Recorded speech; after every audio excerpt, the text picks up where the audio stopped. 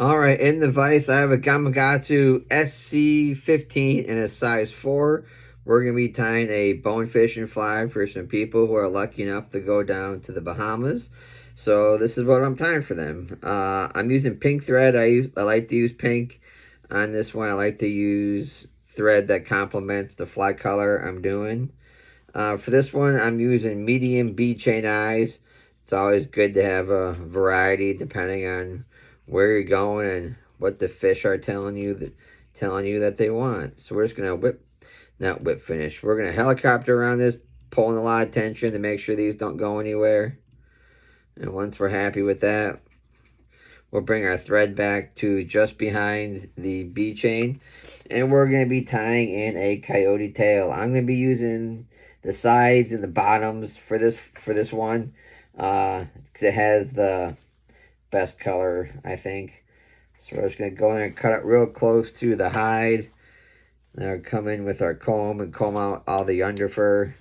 I like using the bone comb. It doesn't have any static, and they last a while, and sometimes you really have to brush these coyote tails out.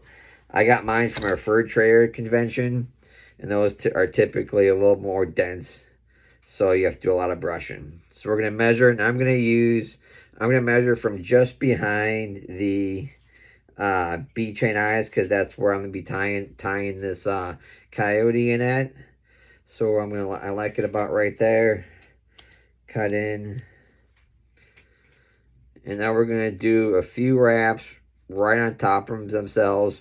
Really pulling tight. Coyote doesn't compress well, so I want to do a few on there, then get right back onto the shank and do a bunch of tight, hard wraps on the shank, then come back on the coyote. That will help keep all your materials from spinning. So we're going to wrap back to the point and wrap back up forward.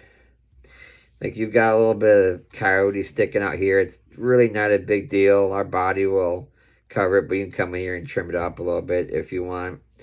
I'm going to do 2 strands of crystal flash on each side of the tail.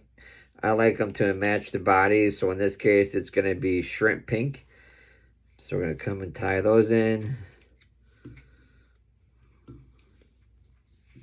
Wrap them down each side.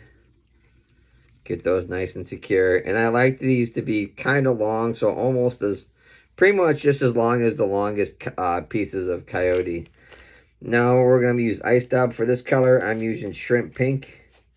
So we're going to come in here and grab all the ice dub that we need. And we're just going to twist this onto the thread real quick. You don't need to use any wax, but you're definitely welcome to use it if you would like. So once I'm happy with the amount, that's pretty good.